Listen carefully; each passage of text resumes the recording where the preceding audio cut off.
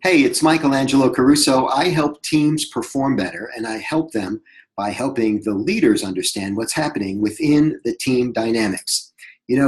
Our society is more highly evolved than ever in the history of the world, and yet relationships are not getting simpler.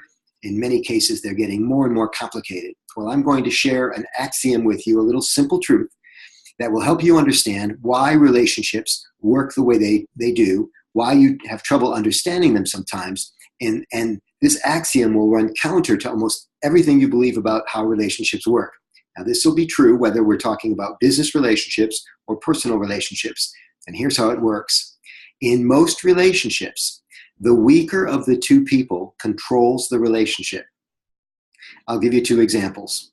The first example is that two people are traveling. One is extremely flexible. This person travels well, no matter what the weather, no matter what the delay. This person is just flexible and eager to make the trip move forward. This person doesn't take a lot of time to get ready, doesn't carry a lot of baggage with him, emotionally or otherwise. And so contrast this person with the second person who does not travel well. This person needs lots of advance notice.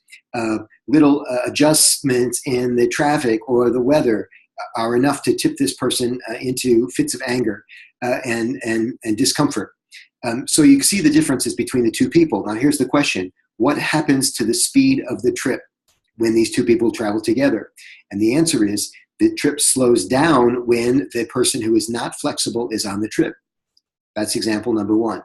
Example number two, let's say there's a partnership between two people who are living together, and one of the persons is very social, likes to get out, likes to be with people, likes to have fun, likes to plan things, likes to get out of the house on a regular basis. The other person is much less social, not a bad person, just much less social, does not want to get out of the house, and maybe a bit insecure, doesn't like to be at parties and be out and about.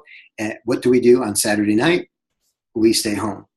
And the reason for this, the reason that the lesser person, the less social person, the person that doesn't like to travel, control the relationships in these cases is because it's easier for the strong person to acquiesce than it is for the weaker person to give more. And that's why the weaker person usually controls the relationship. It's not a bad thing. It's not to place blame or fault on anyone. It's just to better understand the dynamics of the relationship and how it works. Now, here are your takeaways. If you're the stronger person in the relationship, and for all these years you've been trying to figure out, why can't I get my own way here? I'm doing everything that I can do. It's because the other person is giving all they can. People give what people have. And if the other person doesn't have it to give, there's no realistic reason for you to expect them to give it to you. The good news, of course, if you're the weaker person in the relationship, you're calling all the shots. More information about what I do, my products and programs, at michaelangelocaruso.com. I look forward to helping you and your team one day, and I hope this bit of information has been helpful for you. Thanks very much.